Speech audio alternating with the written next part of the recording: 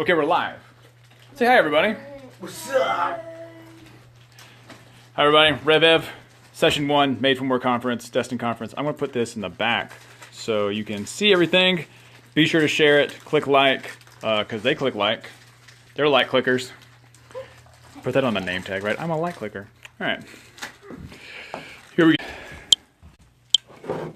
All right, let me set it up right here. And we're good to go. Thumbs up. All right. Good seeing you guys. All right, thank you for being here, everyone. My name is the Reverend Evan D'Olive, as my name tag states. You can just call me Evan, or you can call me Rev Ev.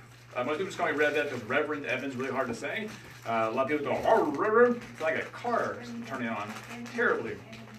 And I'm happy to be here. I'm happy that you guys are here at the conference for the Destined Youth Conference. So a little bit about myself. I'm the associate minister here in Longview at First Christian Church over by Good Shepherd. So if you go to Good Shepherd, right across the street, the big red brick building, that is where we are. I'm the associate minister for Family Life, so I take care of junior high, high school, and pretty much their parents, and some people in between. And I'm happy to be here today. So I grew up here in Longview. I was born and raised here in Longview. Went to Tatum High School, but I lived here in Longview. And then I went to Stephen F. Austin State University, Axe and Jacks. Legally required to say that, Axe and Jacks. And then I went to seminary, which is a school for training, theological training for ministers, in Lexington, Kentucky. And then I worked down in the Beaumont area, southeast Texas, for about 4 or 5 years. And then I came back to Longview. So I like to tell stories. I like to have interaction, ask questions. So if you have a question, feel free to raise your hand. It's not a big deal. I love to have that. So if I ask a question, I do like to have some feedback and engagement on that. All right, I like to tell stories. Yes? My brother goes to Tatum. All right, go Eagles. Nice job. I like to tell stories. I like to tell stories, and most of the stories, generally, are true. And so I'm going to start off with telling a story now. Right? I also tell stories, and I'm very upfront about, that it's about me. I don't like when people tell stories, and you know it's about them, but they don't tell you it's about them till the end, right? And they're like, and that guy on the boat was me. Like, I knew that 10 minutes ago, right? So this is about me. I lived in Houston for a time, for about a little less than a year. I worked as an interim minister. An interim means I'm a minister for a church while they're looking for a new minister. I'm just kind of in the in-between phase. So I was a minister at this church in Houston, and I was working, and like pretty much all of us do, we got to a point where we just couldn't work anymore, so what do? Hop on Facebook. So I hopped on Facebook one day, as I do, most every day, and I saw some people sharing this article that was going around. And this article, believe it or not, was talking about Victoria's Secret. Now go ahead and get the giggles out now. Yeah, I said it. Not you. No, sit down. You're fine. All right. And so the article about Victoria's Secret was about their spring break collection called Bright Young Things. I remember this. It's been a few years now. And the thrust, or the thesis of the article was that Victoria's Secret was marketing their undergarment line to a younger and younger group. It wasn't just for adults anymore. They were kind of targeting 14, 15, 16-year-olds. Right? These things had, these undergarments had things like "Call Me" and "Are You Feeling Lucky" and "Wild Thing," emblazoned on them in various places. Now, generally, I would see an article like that and go, "Well, that's bad. Let's pull the no lever on that one, right?" But for some reason, that struck a chord with me. And so I decided that I needed to do something. Now I have 3 children, a 6-year-old, a 4-year-old, and a 2-year-old. One reason I'm awake right now is because of caffeine. It's a true story. But at the time, my 6-year-old had just turned 3. And I was thinking, she turned 3 so fast in my mind. How fast will she turn to like 13 and 14? So then I started thinking, what would I want to tell her about her life and about who she is and who I want her to be? So then I did something that I never had done before. I wrote a letter to Victoria's Secret, right? And I have a website, evandoli.com, just my first and last name, no middle initial or anything. And I put it on my website, right? A little fun story about my website around this time.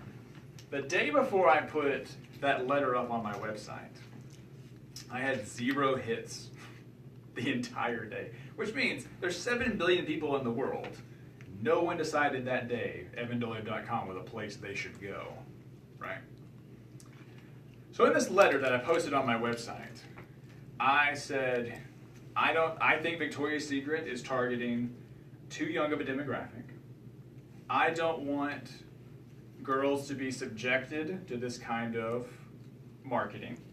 And I don't want people to have to worry about, will people accept me or people like me for what I'm wearing, especially my underwear, which you think it's not a big deal, but for many people it is.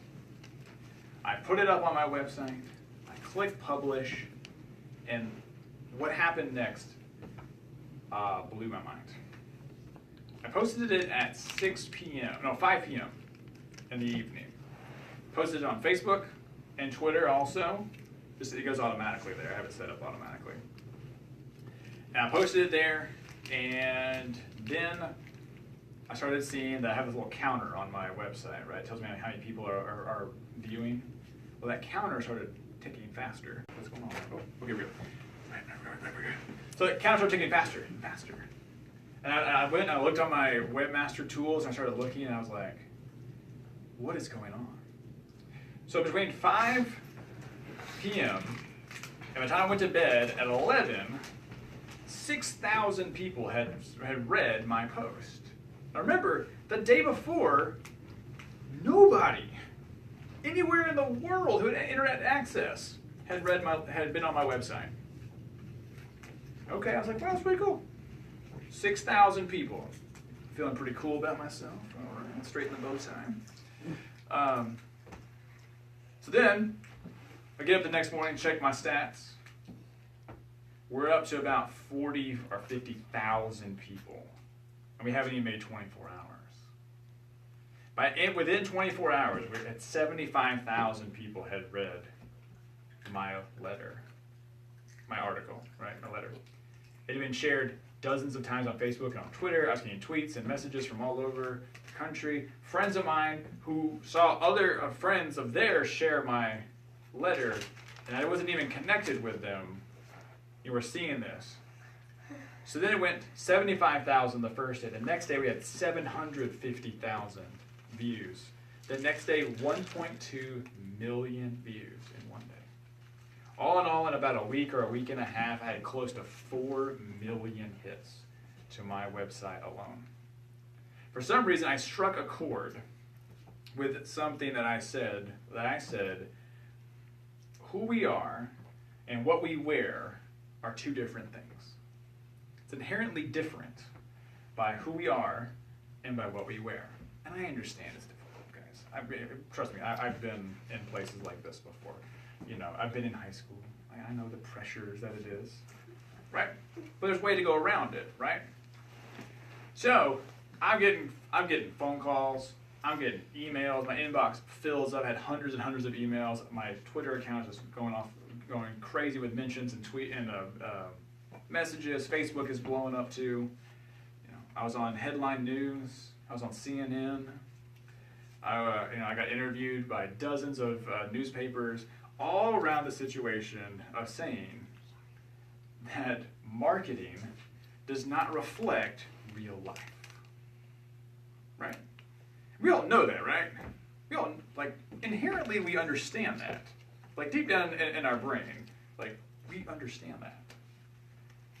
But for some reason, we have blurred the line between fantasy and actual reality. Right? Great example of that is when we look at magazines, right? We look at magazines and we see models, generally female. What are some characteristics that we see about those models in the magazine or online? Yeah, what you got? Headlines about what happened in their real life, like probably something bad or something good. Yeah. So they're trying to connect you with them. But what about? Tell me about the picture of that model. What does he or she look like? A whole lot of fashions, like inappropriate. Right. So he or she, so females may have, low cut dresses. They may, but the guys may have super tight shirts on. Right. What about their? Let's start in the face. Makeup. Right. What else? For guys too. Guys even go through this.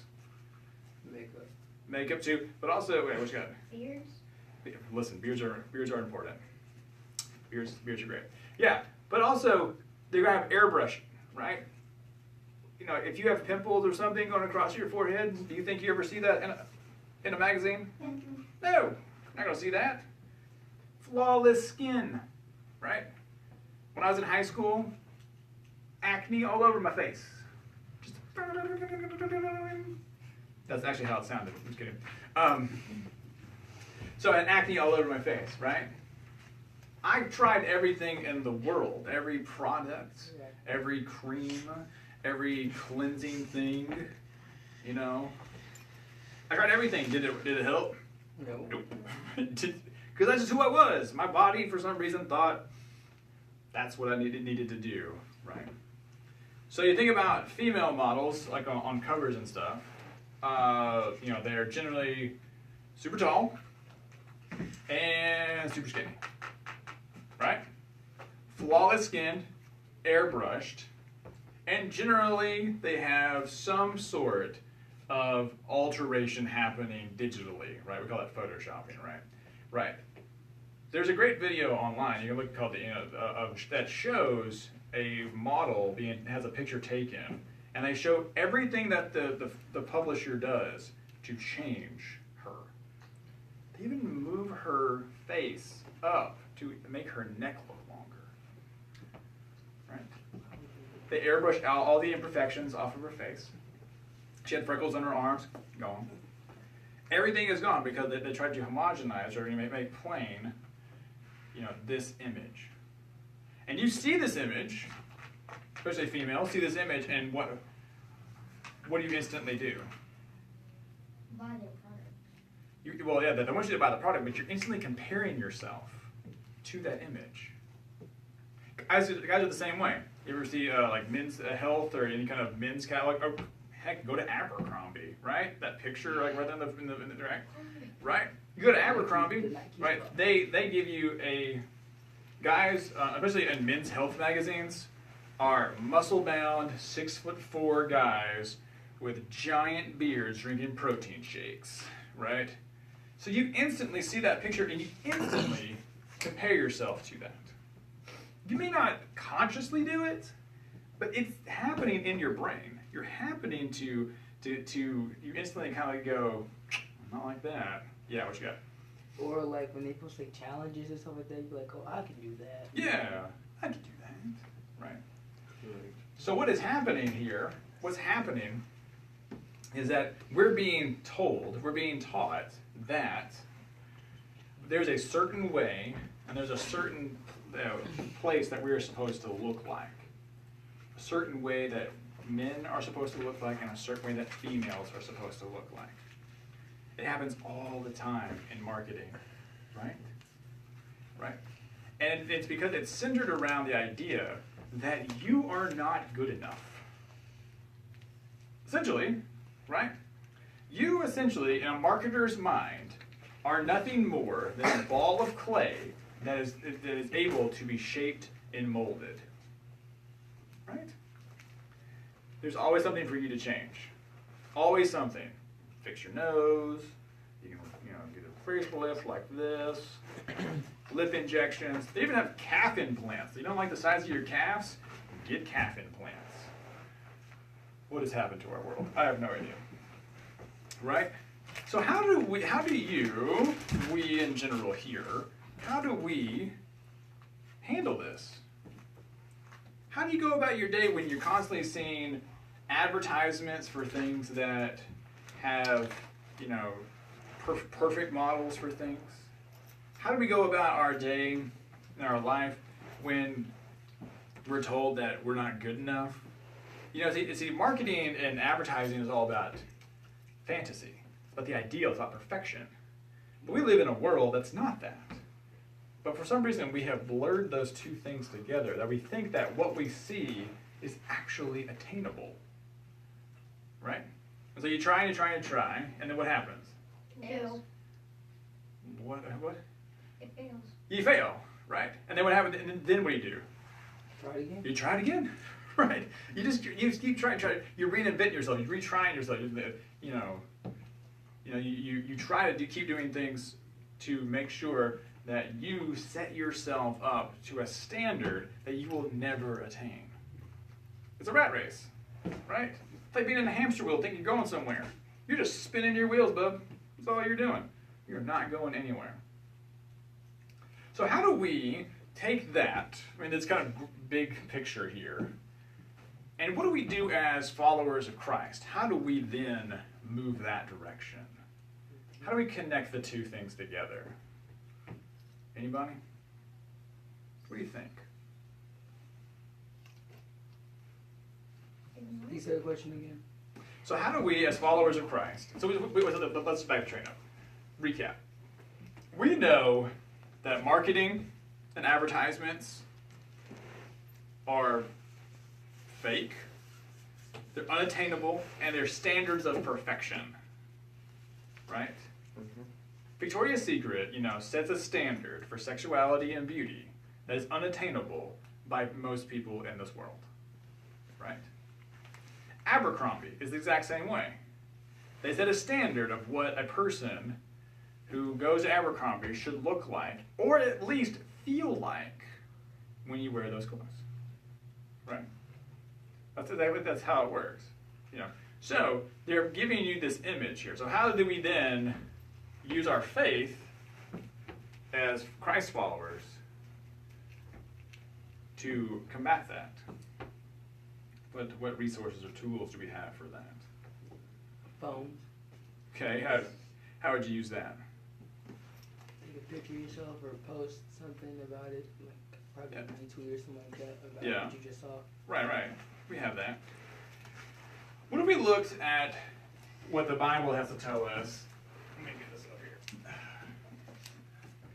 Right. Let's look at this in Genesis here. Chapter 1. It's a very important place to start, right? Genesis chapter 1, verse 27 said, God created humanity in God's own image. In the divine image, God created them, male and female, God created them. You see, when we think about our life, we think about our relationship with God, it's a pretty profound statement to say that God cared for you and loved you so much that God said, you know what? Humanity can only handle one of you. There never has been, nor will there ever will be, in the history of humanity, a person like you. Even identical twins are different. Their fingerprints are different. Their hobbies, their interests, their likes, they're all different. There's no one standard that God says, this is what I think humanity is like. But what it does say, though, is that all of humanity bears the image of God. You heard that before? You heard that phrase before? Are you all asleep? Is that the problem? You heard this phrase before, yes? Okay, good. All right, a little nodding of the heads there. That'll be good. All right. All right, so in this, we understand that Oh, here's a fun thing you can do. You want to impress your friends tomorrow or whenever? Throw out the word Imago Dei. Imago Dei, right? So that's Latin. It means the image of God. So all of us within us have the Imago Dei, or the image of God put into us. And if we look through this book, the Bible, we will find stories of people made in the image of God, but who do ridiculously crazy things, oftentimes stupid things, but yet God says, I will still use you. Right? Think about Moses. When we think about Moses, what's the first thing that kind of pops in our head about Moses? What you got? The shepherd. Yeah? Moses was a shepherd there. Yeah, what do we kind of think about for Moses? Okay, what I know about Moses is that before he didn't know about God, before he killed a man, Yeah. which changed his whole personality. That's exactly right. We might jump straight to, the party in the Red Sea, the burning bush, but what we don't remember too often, or is not really talked about much in church, Sheep blood. is that Moses killed a guy. And it wasn't killed a guy and then, pays consequences. He murdered a guy, buried the body, and then left. Fled the country. Fled, right? So here he is in Goshen, this area outside of Egypt, right? He's in Goshen. He has a wife now. He has a kid. He's working for his father-in-law as a shepherd. And all of a sudden, God says, Moses, you are the one that I have called to go and do and speak for me. And what does Moses do? First, he doesn't. First, he says what? Absolutely not.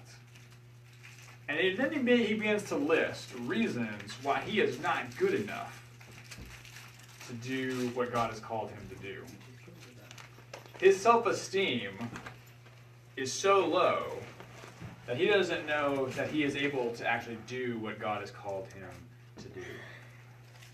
Even to the point in Exodus, the story tells us that he says, I just don't want to do it. You ever said that before? Not to God, obviously. I mean, you can say that to God, too. You ever said that before? I just don't want to do it. I just don't want to do it. And God said, I will always be with you, and I will help you, and you will speak for me.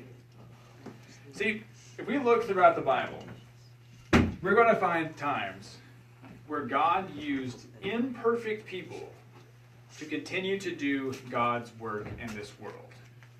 Moses even said, I don't speak very well. Or in the Rev Ev translation, I don't speak too good. Right? He told God, I don't speak well. Send somebody else to do it. I don't want to do this. What should I tell him your name is? All these excuses. But God said, no, I'm going to use you because you are a child of God. What about Jonah? You ever heard of Jonah? What's the first thing we think about for Jonah? The big fish, right? Jonah and the big fish. And it's all this nice little story about Jonah and the big fish. I thought that was Job. No, it's Jonah. So Jonah and the big fish, right, gets swallowed up. What we don't remember about that story is that Jonah was called to preach and to proclaim the goodness of God in the city of Nineveh. He said no. Right? In Nineveh. So he goes, and so what does he do? God says, Jonah, I want you to go to Nineveh and proclaim that that I want to be with them and I want them to come back to me, to be my people again. What does Jonah say? No. Absolutely not. Why? We don't believe in it. He didn't like the Ninevites. He didn't like the Ninevites. He wanted the Ninevites to just leave the face of the earth. He was like, He was like, if God said, I want you to go to Nineveh to proclaim that of my goodness before I send my wrath. And Jonah says, go ahead and send it. I don't care about them anyway. God says, no, I'm going to do it anyway. You're going to do what I call you to do. And what does Jonah do? Gets on a boat and goes to the complete opposite direction. Nineveh's over here. Gets on a boat to Tarshish, which is over here. That's when the storm comes. That's when the big fish comes. That's when he gets spit up on the shore of Nineveh. But then he goes in the town square, right? And he goes out there and he proclaims that God, for the people of Nineveh to repent, that God is coming. I always think he did like this.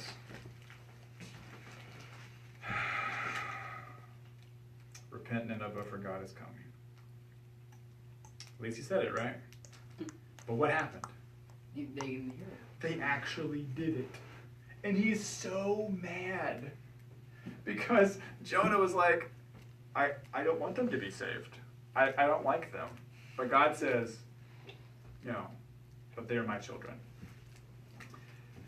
We think about Peter in the Bible, right? Peter denied Christ 3 times. The disciples don't really know what's going to happen with Jesus after the crucifixion. And there they say, there we know, because we have the stories, that they were able to do great things. But if you looked at them on paper, or even from the stories in the Bible, they never really got it until after the fact, right? They had tax collectors, and they had sinners, and they had fishermen, all these people who in society looked at them and said, these guys are a bunch of weirdos, right? They don't understand what's going on. They're following this radical guy around, and they'll never make anything of themselves. Well, that's not true, right? We're here because of their faith, right? So, all of this to say, that God cares about you and has put God's image into you, right? And if we distort that image by trying to be something that we're not, then we are distorting God's love for us. And I know it's hard. It's easier for me to stand up here on this awesome stage and say that, and to say, that because I'm 33 years old. I've been through the wilderness of junior high and high school. But it doesn't get any easier when you're an adult, right? It actually gets worse. And so we have to find communities, like communities in our church, communities in our schools, communities in our, here in our town, that you will find people who will love you and care for you just the way you are. Right? Just the way you are.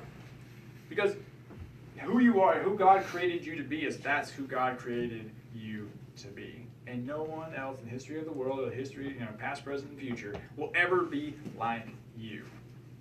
And we try to set ourselves up to a standard that's unattainable because it's manipulated through computers, it's manipulated through our feelings, and manipulated in so many other ways that we're going to constantly be striving for something that we're constantly going to be failing at. Right? Right. And so, when we remember that we have God's image in us, and then we also remember that everyone else has that same image, every time we come and be with each other, and we're in community with each other, we're having a holy moment, right? Because God's presence is there with us, right? God's presence is there to remind us that God is always with us, always present. God will never leave us nor forsake us. Does that make sense? I hope I'm not speaking over here a little bit. Any thoughts or questions on that? What you got?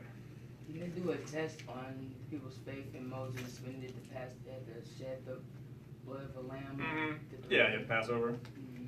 Yeah, that was just the way for the angel of death to know who not to kill the firstborn. Yeah. How have you seen this played out in your own context or situation, how have you seen, body image, body dysmorphia, marketing affect, you or your community that you're in? Exactly the way it is. What do you mean? It said that this is gonna happen, that it's gonna become like this. People are gonna say what they want to, Right. new tech and all that. So Yeah. most likely we're gonna say it like this. Yeah. And it's not a new phenomenon. I mean, I think it's relatively new, but it hasn't happened. I mean, it's been going on for a long time, right? So basically, since print marketing has gone on, and now with the internet, oh Lord, and the internet, can drive that even further and further, because we're constantly seeing, Kim Kardashian and Kylie Jenner, all these people, who are tailored to look a certain way, and then we look at that and go, well, I don't look like that, Right? Do you know that plastic surgery, year after year, gets bigger? More people have plastic surgery year after year. Do you know the highest group of people that have anorexia or bulimia is males? And the fastest rate of it, fastest rate. No, numerically, it's females. But growth in that is males. Generally because of powerlifting, wrestling, football, stuff like that, trying to make weight. How else have you seen this kind of played out in your own life? What have you encountered or seen? What? How have you seen body image and marketing and all that played out in your own life? How have you seen that? Like Billboards? Yeah, billboards. Yeah, definitely. Right. Next time you watch TV or you're forced to watch an ad on YouTube, look at the images that they're showing you. Right. And it's not always just the images of males and females, but also what's the message behind that. Great example. Yeah, you did sell a product, but there's also another hidden example. Great example is Axe body spray, right? Yeah. First off, stop wearing it. It smells terrible. I'm just kidding. It does smell terrible. You wear whatever you want. I don't care. So, what's the message behind Axe body spray besides selling more Axe body spray? That makes girls fall in love with you. That's right. That makes guys put on Axe body spray, cloud up, right? Oh my God. It makes you now desirable to the opposite sex, right? That's a hidden message in there, right? And sometimes not even hidden; it's pretty overt. That they're selling sexuality. They're selling the fact that not only will you smell questionable because you're wearing Axe body spray, but apparently, and I'm talking to girls about this. You don't like this stuff, guys. That will make you more desirable to females. It even says that on like the back of like the shampoo and stuff. Yeah. It shows like the person, then a guy and a girl, then the guy and the girl with her hand in his hair. Yeah, because That's what it usually this one product will change so much that apparently our brain chemistry of females will change, and now you will be likable, right? For that one product, right? Same thing with like Victoria's Secret. The message there is that you can feel a certain way. And I'm not saying that you can't feel empowered by what you wear. You can own who you are, but don't try to live up to a standard that's not attainable by 99.9% of the population. And realize that a lot of that stuff is curved out, it's blended. There's all makeup and everything. It's all there. How else? How else have you guys seen this played out in your life?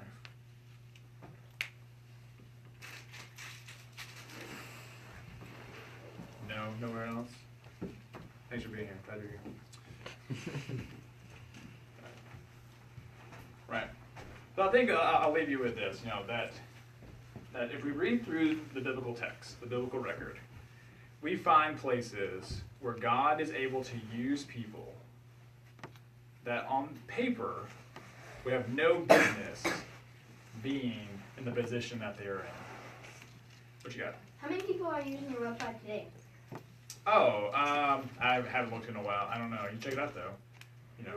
So remember the fact that God created you with God's image in you, and to distort that, and to think that you're not good enough, is a distortion of what God's love is for you. God's love is unconditional. God will love you no matter what, how far you stray or whatever you do. All right, God, it says in like when David in the Bible, we always think that talk about he slayed Goliath, which he did, but he was the little weakling of his family, right? It wasn't his brothers that got to slay Goliath. He was the little scrawny kid, youngest kid, but yet he was able through God's help to slay the dragon. Slay the dragon. Been watching a lot of science fiction. To slay Goliath, and then become king of Israel. Now he did a lot of he did some good things, he also did some bad things later on, but see, again, showing that even the youngest and the weakest can still do great things for God. Any thoughts, questions, concerns on that? All right, I'm going to turn this off real fast. Hold on. All right. Hey, thanks for being here. Everybody say bye.